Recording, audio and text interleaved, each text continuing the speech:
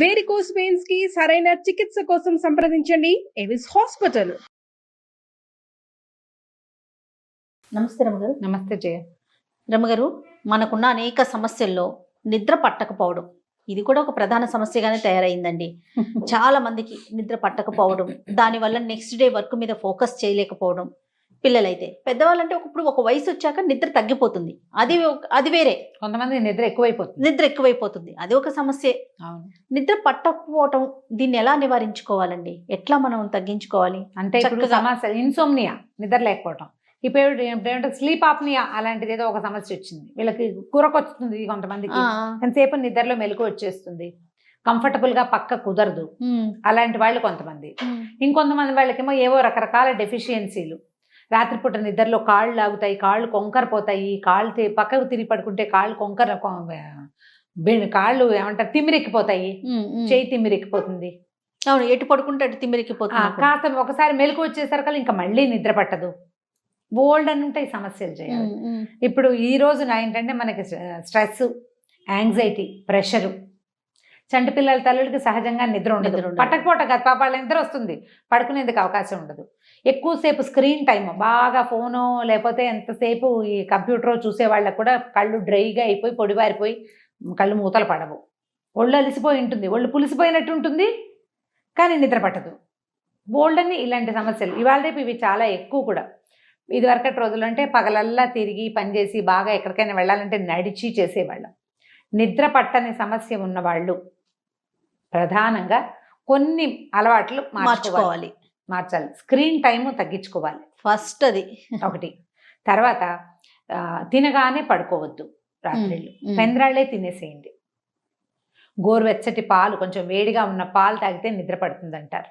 Tea, coffee లాంటివి sleep టైంలో తీసుకోవద్దు. రాత్రిపూట భోజనానికి నిద్రకి ఒక 3 గంటలు గ్యాప్ ఉంచండి.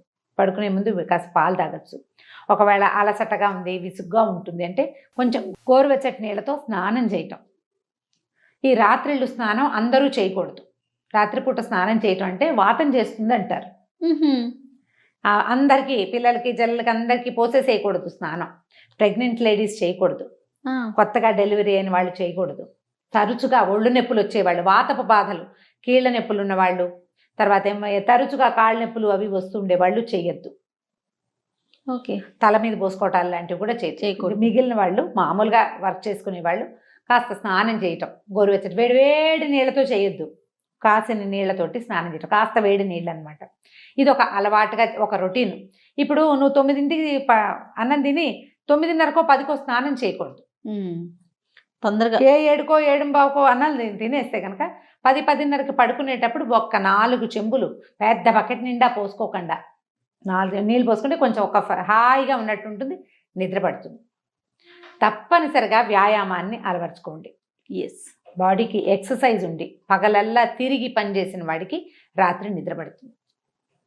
పగటి పూట పడుకోబోకండి, అసలు పడుకోవద్దు పగలు. రాత్రి ఆహారంలో సాత్విక ఆహారాన్ని అలవాటు చేసుకోండి. మసాలాలు అవి తినద్దు, బయట జంక్ ఫుడ్ తీసుకోవద్దు. లోపల గ్యాస్ చేరిపోతే నిద్ర పట్టదు, పడుకునే సరికల్లా ఎగదన్నేస్తుంటుంది, గుండెల్లోకి వచ్చేస్తుంది, తేన్పులు వస్తుంది, కారపు తేన్పులు, పుల్లటి తేన్పులు వచ్చేస్తుంది. ఇంకా నిద్ర ఎక్కడ పడుతుంది? అవును, నిద్ర పట్టదు. తర్వాత తలకి ఏదైనా టైట్గా పిన్ను పెట్టుకుని అలా పడుకోవద్దు. జడేసుకునే వాళ్ళైతే జడతోటి పడుకోవచ్చు, అలవాటుని బట్టి జడేసుకుంటే సరే. మనలాగా క్లిప్పులు పెట్టుకుని పడుకునే వాళ్ళు, క్లిప్ పెట్టుకుని ఉంచుకునే వాళ్ళు క్లిప్ తీసేసి పడుకోండి. జుట్టుకి టైట్ క్లిప్ ఉన్నా కూడా నిద్ర హాయిగా పట్టదు. పక్కలు శుభ్రంగా ఉంచుకోండి. ఫ్రీక్వెంట్గా దుప్పట్లు మార్చేయండి. ముదురు రంగు దుప్పట్లు మానేయండి.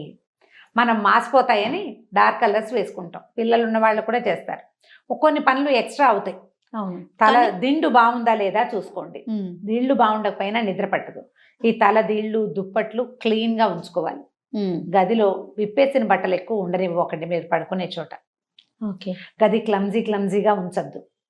తర్వాత పడుకునేటప్పుడు బాత్రూమ్కి వెళ్ళి పడుకుంటాం కదా, తప్పకుండా నోట్లో నీళ్లు పోసుకుని పుక్కిలించి ఉమ్మేయటం, కాళ్ళు కడుక్కోవటం. కాళ్ళు కడుక్కుని తడికాళ్ళు శుభ్రంగా తుడుచుకుని తడికాళ్లతో మంచాలు ఎక్కకూడదు.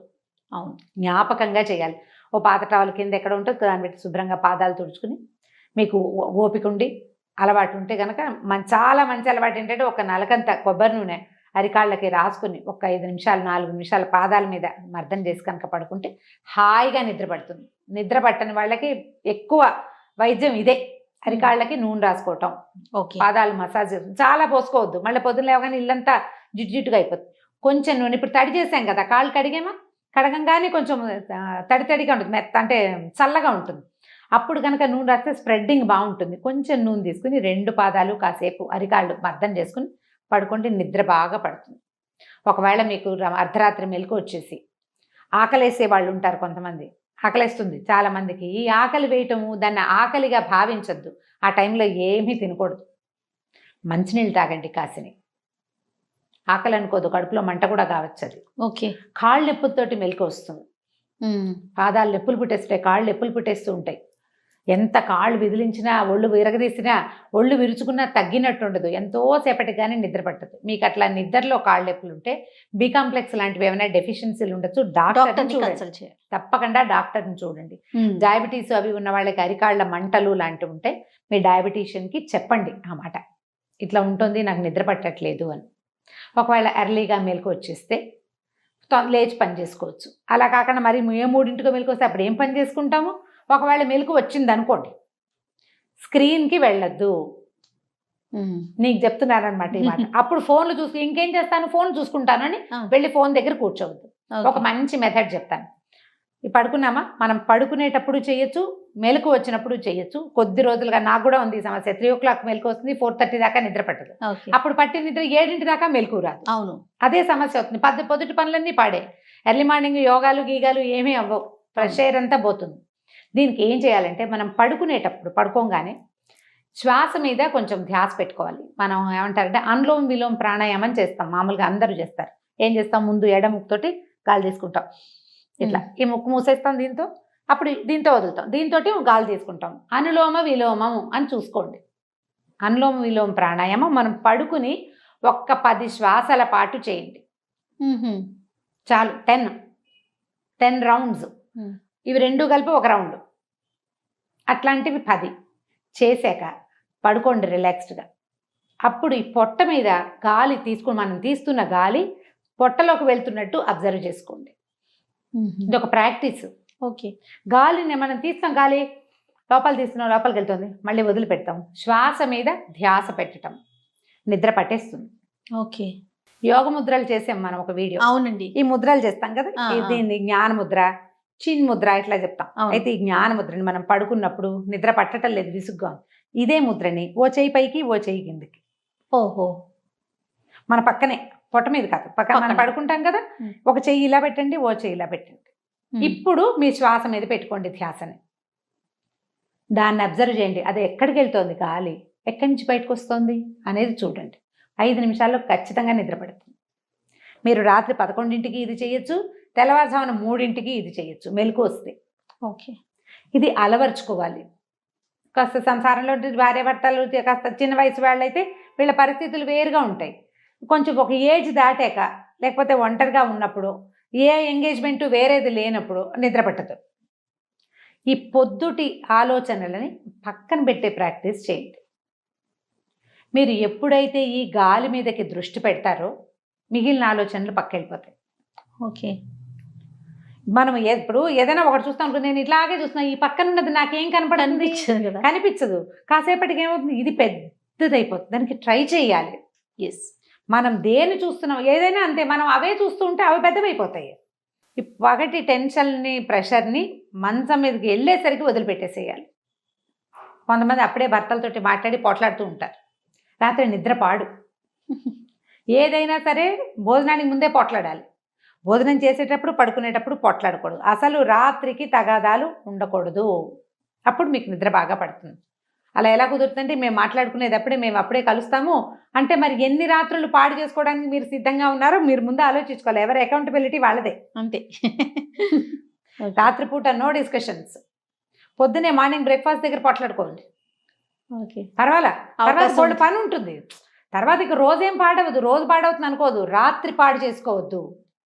రాత్రి మన పోయే నిద్ర, మన ఒంటికి బ్రెయిన్కి దొరికే విశ్రాంతే మర్నాటి 10 గంటల మీద ఉంటుంది. అవును, మర్నాడు హాయిగా ఉంటాం మనం. కానీ ఉదయం కూడా కొంచెం అర్లీగా లేవటం ప్రాక్టీస్ చేస్తే నైట్ కొంచెం బాగా నిద్ర బాగా నిద్రపడుతుంది. ఎక్సర్సైజు, వాకింగ్, 4 మెట్లు ఎక్కటము, కాస్త ప్రాణాయామం చేయటము, ఇంకో 2 పనులు ఎక్స్ట్రా అయితే చీచి నా వల్ల కాదు అనుకోకుండా ఆ 2 పనులు కూడా బలవంతంగా చేసేయటము. అలసిన శరీరం విశ్రాంతిని కోరుతుంది. ఎస్, శరీరం అలవకుండా బ్రెయినే అలసిపోతే శరీరం అలవదు, దానికి నిద్ర రాదు, బ్రెయిన్కి విసుగొస్తుంది. ఈ రెండింటిని మనం ఎట్లా ఎప్పుడు బ్యాలెన్స్ చేయాలి కదా. బ్యాలెన్స్ చేయాలి కదా. ఈ బ్యాలెన్స్కి మనం ఈ శ్వాస మీద పెట్టే ధ్యాస చాలా హెల్ప్ చేస్తుంది. ఎంత ఉపయోగపడుతుందో చేసి చూడండి, తప్పకుండా కామెంట్స్లో తెలియజేయండి. రైట్ రమ్మ గారు, నమస్తే. నమస్తే జీ.